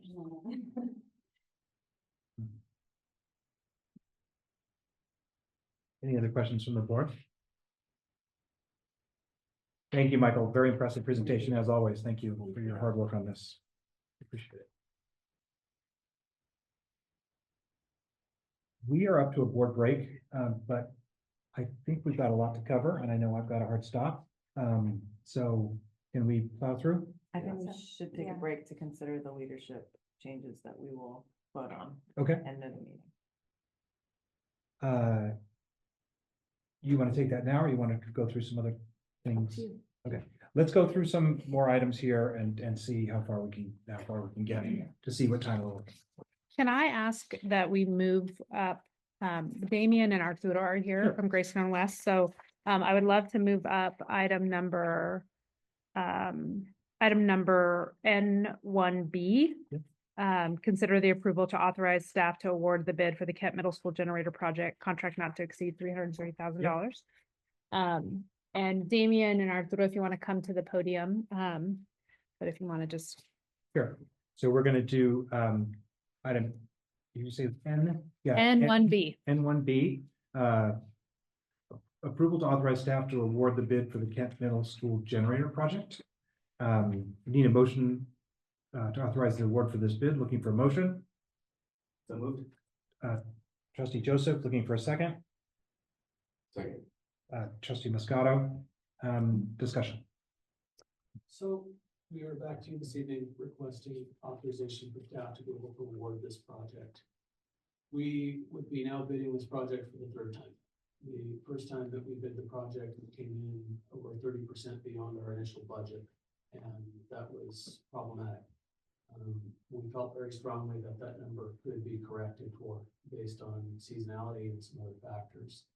When we did the project the second time, more recently, we came in on budget to the dollar, which is actually the first time in 20 years that I've ever had that happen. I really wanted to award it. Unfortunately, Bay Area Air Quality Management District is the jurisdiction having authority over motor permits for generators installed in public schools. They have, with very little notice, issued what is called Tier 4 final requirements for emission controls for generators. Those are still making waves throughout the generator industry in terms of their implications. What we do know is that it's requiring what's called best available emissions control technology. That was already built into the specification that we had in the prior bid. The definition of that may yet change, and based on that best available controls definition. We don't anticipate a significant cost difference, but in the event that we're wrong, because there is not yet a lot of guidance on this subject, the issue is that you are not able to change a project by more than 10% by law for contract. The purpose of that is to prevent you from going out to bid with what you would categorize as a very small project, and then turn around and change order in a massive amount of money into that job. It's subverting the public process. So that 10% is well-minded, originally by law, but it's also a limiting factor. The concern is that if we go back in time, which we awarded the last bid, and that best available controls technology change results in a significant amount of money required to update the specification, and we no longer have much of that 10% left for unforeseen conditions, which is why we built that into the contract in the first place. So the concern is ultimately making sure that we can get through the job without unforeseen conditions causing it to run out of money before we hit that 10% limitation. The other factor that we were considering is whether we might also combine this for economy of scale with a proposed generator at least as well. That was built into the last suggestion. We've since discovered some issues with that. Fortunately, Basich has a gas meter that is sized almost exactly to deliver what the capacity of that school site is. Adding a generator of the size required, powered by natural gas at that site, is going to exceed the capacity of the gas meter by 39%. The challenge with that is that we require an upgrade from PG&E, and that's going to take a larger gas main to get into the campus, as well as an upgraded meter to be able to supply that generator with enough fuel to be able to run heat and power at the same time. The problem with that is that many power outages do occur in wintertime, and we don't want to prioritize power at the expense of heat if you can't run both at the same time. So ultimately, the concern for Basich right now is, in absence of natural gas being a viable fuel source for a generator, what we might consider instead. There have been discussions, I recognize the board has had some questions about battery banks or battery farms. They're called microgrids, depending on exactly who you ask. That's a technology that is rapidly gaining steam. As of yet, with every time that we've evaluated it on a deep level, it's not yet reached a point where the service life concerns outweigh reliability in terms of a gas power generator, particularly natural gas if we can. The alternative to that would be a diesel powered generator, and that would of course comply with the Tier 4F requirements that the AQMD has just issued. It's an extremely tight particulate capture on the emissions for a diesel powered generator. And the diesel generator, if it were to be selected for Basich, stores its fuel in what's called a belly tank underneath. It's a really robust steel tank that sits underneath the generator itself. It's not a separate fuel tank that's piped in from another location. The generator would have the highest level of sound attenuated enclosure. These things do get noisy at the scale that's required to generate enough power for a school campus. So sound attenuation becomes very important, as does location for where we might put the generator itself. You don't want it in close proximity to classrooms or to residences, and that's actually part of the Bay Area Air Quality Management District review process. Is they make us physically map out where this would be on site, locate the nearest residences, the nearest classrooms, etc., to make sure that we're not building in disruption by design. So ultimately, at this point, what we are asking for is authorization to rebid the Kent project with a recognition that likely there's some more discussion needed on what we're going to ultimately end up doing with Basich. Okay. Any questions from the board? I will say there was some questions that came to me. I forwarded those to Damien, and so that's why he touched on Yeah. the specifically related to the Basich situation and why it's not included here. There's just more discussion internal teams need to have related to the implications of potentially moving to diesel versus natural gas. So recognizing not wanting to surprise the board with that request today, held that back so that we could move forward with the Kent generator project, which looks similar to the last one that was previously approved. The difference here is authorizing staff to award that bid just based on timeline. We want to be sure we get out there fast enough so that we can move forward. So Right. obviously we're still delayed to where we were hoping that we'd have it in play by now. But it's just been the circumstances that we've been faced with. So, so we request your approval of authorization to staff to award the bid. Kent alone. Kent alone. Any questions from the board? We need to take a vote to approve the authorization of staff to award the generator bid. All those in favor? Aye. Any opposed? The authorization of staff to award the generator bid is approved as presented. Thank you very much. Thanks, gentlemen, for being here. Nice to see you. Bye. That's really helpful. What's that? I said that was really helpful. Yeah. Especially the basic explanation. Yeah, yeah. Feels like we're building a nuclear power plant or something. Be happy to. Hurdles to take, it's crazy. Construction's not easy. So Okay, we're in let's, good hands. I will say we are in very good hands with those two gentlemen back there. So super grateful. Have a nice night, guys. So, moving back to our consent items, I believe. Item N, we need a motion to approve the consent items. Looking for a motion. So moved. Trustee Amanzada, looking for a second. Trustee Masato, any comments or changes on the consent items? Nope. Any discussion from the board? All those in favor? Aye. Any opposed? The consent items are approved as presented. Item A, consider the approval of the first interim budget. We need a motion to approve the first interim budget. So moved. Trustee Amanzada, looking for a second. Second. Trustee Irwin, any comments or discussion? This is following on Michael's presentation. I just want to acknowledge Michael and the work that he puts in and supports this district. I mean, I think that the presentation he provided last night and then today, just super clear and just so easy to consume and take in the information and understand where we stand financially, and very transparent. I know that's a big word that folks like to put out there. And so I just am super grateful to have him here in this district working alongside him. So thank you, Mr. Yeah. G. We say it every week. We're super lucky to have you. Okay, Uh-huh. thank you. Do we need a vote to approve the first interim budget? All in favor? Aye. Any opposed? The first interim budget is approved as presented. We have done item B. Moving on to policy, item 2, approving IDT request from Kentfield to Ross Valley for next year, 25-26. We need a motion to approve. Trustee Irwin, looking for a second. Okay. Trustee Joseph, any comments or discussion? Typical practice of this board, if someone's requesting out of the school district to another district, the board has approved that. And so this is for next school year. And it looks as though they're specifically interested in the UTK program that the Ross Valley School District is operating. We need a vote to approve. Any questions from the board? Any discussion? We need a vote to approve the IDT request out of Kentfield School District into Ross Valley for 25-26. All those in favor? Aye. Any opposed? The IDT request out of Kentfield into Ross Valley for 25-26 is approved as presented. Moving through a couple of policies. Item B, action, remove board policy 5121, grade/evaluation of student achievement. Need a motion to approve the removal of the board policy 5121. Trustee Irwin, looking for a second. Well, second, sorry. Trustee Joseph, comments or discussion?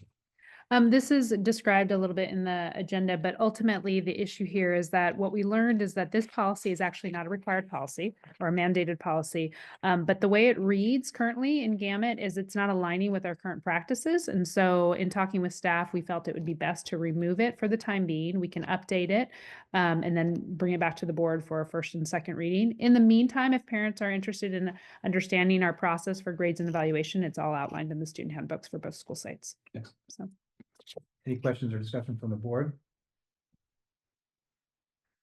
All those in favor? Aye. Aye. Any opposed? The removal of board policy 5121 is approved as presented. Thank you. And thank you for staying vigilant about these policies. Item C, remove board policy 6154, homework/makeup work. We need a motion to approve the removal of board policy 6154. Trustee Irwin, looking for a second. Second. Trustee Amanzada. Any comments or discussion? It's the same situation with the homework makeup work. It was just a policy that's not currently in alignment with practice. And it's not a mandatory policy. So the interest is removing it for the time being, but bringing it back through the policy committee and aligning with current practices. Great. And once again, it's in the student handbook and Mhm. places. Great, thank you. Any discussion from the board? We need a vote to approve the removal of board policy 6154. All those in favor? Aye. Any opposed? The removal of board policy 6154 is approved as presented. Moving on through item 3, 3A, action, approve resolution number 7, certifying the board election proceedings. We need a motion to approve resolution 7. So moved. Trustee Irwin, we need a second. Second. Trustee Joseph. Comments or discussion? No, this resolution is ultimately the board resolving that the bond passed and the percentage. It says here 60.44% passage rate.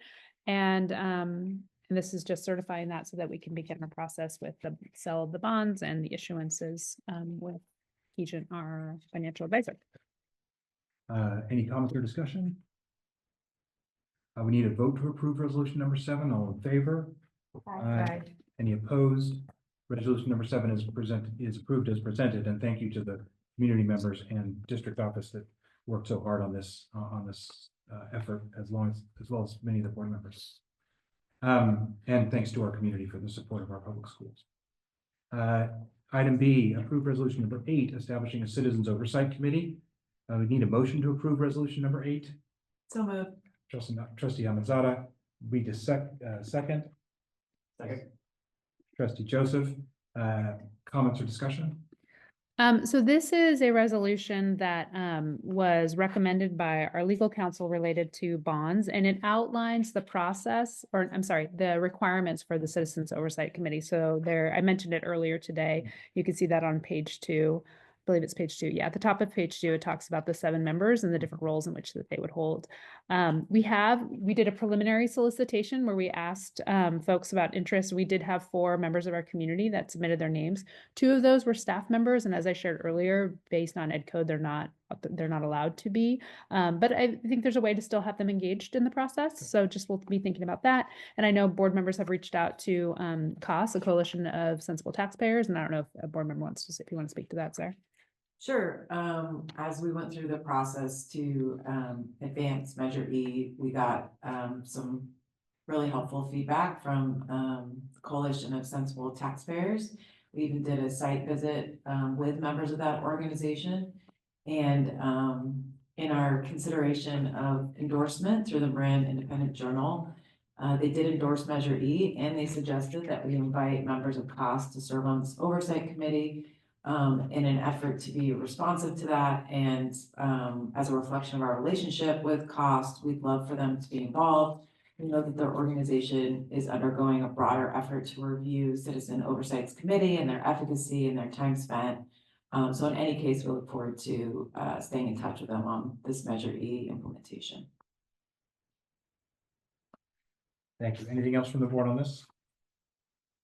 We need a vote to approve resolution number 8. All those in favor? Aye. Any opposed?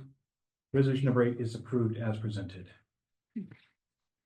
I think we can, as we move into our governance, I think we can provide the opportunity for staff to take their leave of us as they choose. And Happy holidays. Maybe 7:30. yeah. Happy holidays. Let's just take let's just take a quick break, and then we'll get right back to it with.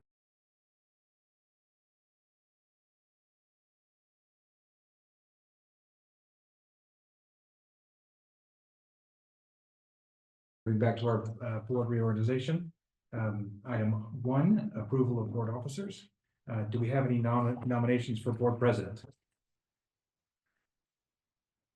I nominate Sarah Amanzada.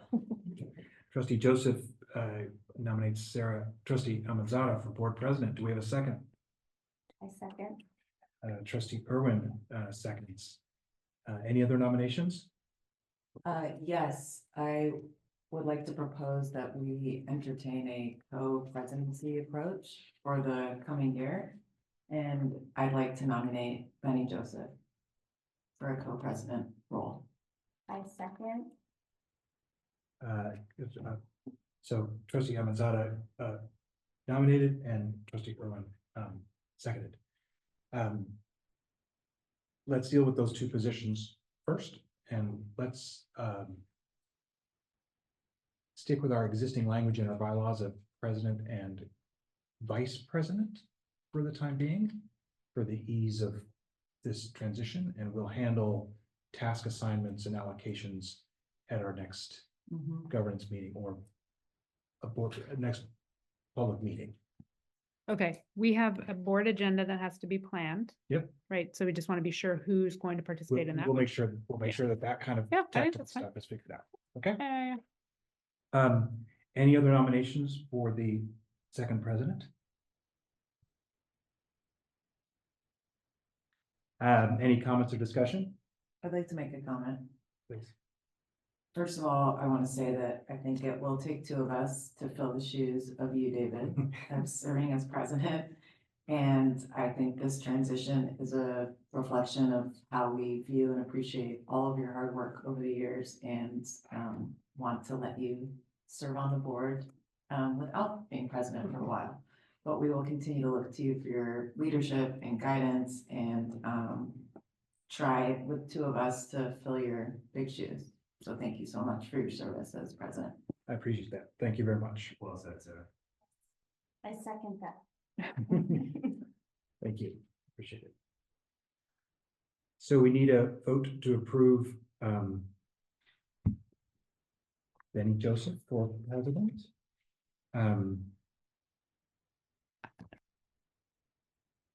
All those in favor? Got one question. Yep, go ahead. Are we using the terms president or are we using the term president and vice president? Our bylaws currently state president and vice president. We could see about adjusting that, but it's not adjusted as of tonight. So we can just move forward with president and vice president and then act as like co-presidents. I think that's what you had mentioned before, Sarah. I don't know. Yeah. Put me as president and put Benny as vice president. Okay. We need a vote to approve trustee Amanzada for board president. All those in favor? Aye. Any opposed? Trustee Amanzada has been approved as board president. We need a vote to approve Benny Joseph, trustee Joseph, as vice president. All those in favor? Aye. Any opposed? Trustee Joseph is approved as vice president. Do we have any nominations for board clerk? I'd like to nominate Kari Irwin to continue serving as clerk. I will, trustee Amanzada nominates trustee Irwin for board clerk. Do we have a second? Second. Trustee Joseph, it provides the second. Are there any other nominations? I would like to say as a comment or discussion point, we are super lucky to have Kari in this seat. He's incredibly good at that job and role. So we're lucky to have that offer. We need a vote to approve trustee Irwin for clerk. All those in favor? Aye. Any opposed?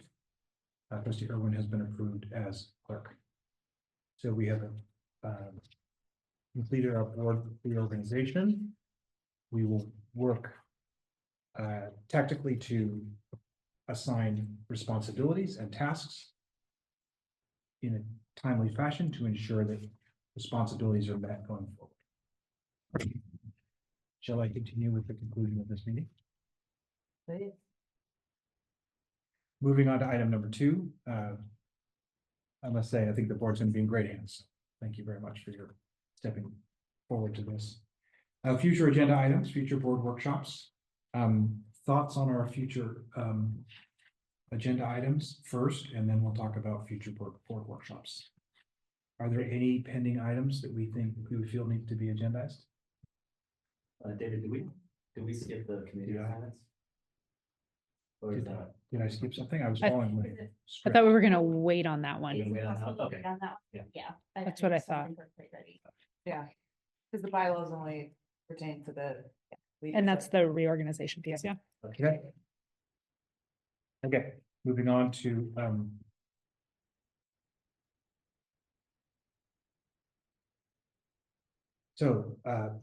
following the agenda governance board meeting highlights. I think we were all pleased to have Michael's presentation of the financials. Very helpful. I thought both principals had excellent things to say about the conditions of their sites. In the interest of providing relevant highlights to go out after the meeting, is there anything people would like to bring up? I was just gonna say, it was nice to hear the appreciation for the international stuff that was organized. I think it's like a great, it feels like this involving of the whole community, and it's just nice to hear the appreciation for that. I thought, Grant's sort of, insightful commentary on the way of reading Whole school read. and was it accountable? Accountable. Was phenomenal. Yeah. And very moving. It really speaks to like the depth and intentionality of our programs. Yeah. I'm really proud of that. Yeah, I want to just call out, the other organizations that put on events, the Winter Market, there's a chili cook-off coming. Yeah, that There's a sounds movie so night, cool. Yeah. basic talent show. I mean, there's just so many things I listed. I was like, wow, there's just so many opportunities for the kids here to participate and show their talents or what it may, what, you know, and all of the above, right? But it's just impressive. So I just wanted to highlight that. And like everybody's playing a role. KSPTA, KIC, everybody, our staff, right? So much parent support. Yeah, parents. And did we already have a highlight of the passage of the bond? Have we sent that out Oh, in the yeah. newsletter? We did send something out the Friday before the Thanksgiving break, Good. just appreciations about That's that. great. And that was the initial solicitation of the COC, just a preliminary. And so I'm going to do a circle back to the 4 people that have submitted their names Okay. and then utilize this resolution to help with a more formalized application process. And then the board would consider those people probably at the January or February board meeting, Great. Okay, thank you. probably February board meeting, to be honest. This timeline. Any future agenda items that people feel we need to agendize going forward? Yeah, the committee assignments back on, and then, that's Yeah. just the only thing I'm listening to. Yeah, so we'll revisit the committee assignments at the next gathering. Sounds like it's already planned that we'll be looking at the basic generator proposal in the next meeting. Did I understand that right? I think that's part of the subcommittee work that will be happening, and then it'll be brought here to as a Okay. recommendation on next steps. 'Cause- Later. Mhm. Yeah. Okay. Yeah, I mean, it'll come back at some point. Yeah, got it. But I think we need to work on the prioritization list. Moving on to reports from trustees, trustee Irwin. I do not have anything to report. We're really, really close on the website though. That's my only, I have a couple questions for Beth, but I think we're like 99% there on the district site. And then we will be planning that out to have the Basich and the Kent websites. And Beth has been working so hard and done such an amazing job. So I just want to give you a shout out on that. And she's been trying hard to keep me on track. I know it's hard, but we're really close. So. That's great. Thank you for that work, both of you. But we totally appreciate all your efforts that you're putting into it, because you're spending a lot of time on that. Oh, thank you. Trustee Joseph? I don't have any reports from 5th and 6th grade. I'll continue that in January. I did go to the 4th grade concert. My son was in it, so I went. It was with everything that Raquel said. It was pretty awesome. And then I went to the budget forum, sorry, last night. I think Raquel and Michael did a great job. Very engaged parents, asking some really, I think, smart questions. And just look forward to engaging the community more as we talk about program adjustments in the future. Trustee Amanzada? No updates to speak of. I'm gonna be on both campuses again later this week. I will be visiting the 4th grade classrooms on Thursday, and then I will be back here at Kent on Friday for a media interview of the journalism All right. club. I hope to also stop by the 8th grade classrooms that day. My only report is JLAC. I did circulate some notes about my JLAC meeting. There's always a lot of stuff covered there, so I thought it was good to sort of get that out quickly. A positive point, the state not really relevant to us, but state revenues seem to be a little bit better than people had feared. On the negative front to us, there is a big push by real estate developers to push development fees back towards the time of occupation of the buildings rather than approval of the permits. And so that is something that has a lot of school districts very concerned. And there is an initiative that's coming out of the TAM Union High School District for a bill that would be statewide that addresses the amount of information that can be shared with the community during incidents of racial intolerance and negative incidents on school campuses that have a racial component to them. There's been some frustration at very limited ability to share information. So this actually came out of the sort of slam-like programs at the high schools and is being presented to Damon Connolly actually this week. I did also hear at that meeting about the initiatives at the county level to make sure that information is available for people feeling threatened by deportation in those communities. So I think we'll hear a lot more about that going forward and opportunities for that. Presented to someone over Connolly for potential legislation. That's right. Larry, I see you new trustees listed here. You've heard what we have reported back from either our visits to sites and grades, as well as communities and events that we're part of, just to make sure that everyone hears the same thing. So we'll look forward to having your reports in the future. Absolutely, thank you. Pertinent. One thing that I forgot to mention is we had our lunch with the teachers and at both Bay State and Ken. Holiday. Oh, yeah. Party at, Yeah. It was really great. it was great. I love those events. And appreciate the attendance. I know both the KT and KSPO mentioned it, and so I think it's a great thing. I also appreciate the invite to the event February 8th at the Guinness Golf Center. So we should go to that, and so just keep this going. Yeah. One thing I noticed is that, you know, we get a lot of the teachers, like less of the classified staff. I don't know if there's something on timing or can we save a whole plate of cookies for them if they're unable to make it? I just wanted to kind of bring that up and see if there's something we can do there. You know, we get a handful, but it'd be nice to see more. Oh, for sure. Great point. You can mention that to KESPA. They don't, the general ed paraprofessionals don't work on Wednesdays, so we did that holiday mixer was a Wednesday afternoon, just based on timing. But the regular Thursdays, I think the board also needs to determine another date. The staff has asked multiple times, another day of the week. So I'd recommend it not be the first Thursday in January. If the board hasn't, if it's maybe, I don't know, the first Tuesday, a different date, just because they asked for it, not, you know. Yeah. And can you remind us of why? Because specifically here at Kent, some of them do lunch clubs, and their clubs are on like the Wednesday, or I'm sorry, or the Thursday, or whatever the particular day is. Everyone. Yeah. Whereas if we keep the dates moving. and Keep the making dates May, moving, yeah. not. Yeah, or the not day of the avoid week. Thursday, just keep the dates moving. Yeah, just okay. alternate it out. Yeah. So Okay. you could still do Thursdays. It's just Yeah, they're able to make it at least a couple of times a month. For sure, yeah. for a year. Year. A year. Yeah. Not a couple times a month. I like that. And I hear Larry might be able to help with supplies for future. Foodstuffs. Excellent.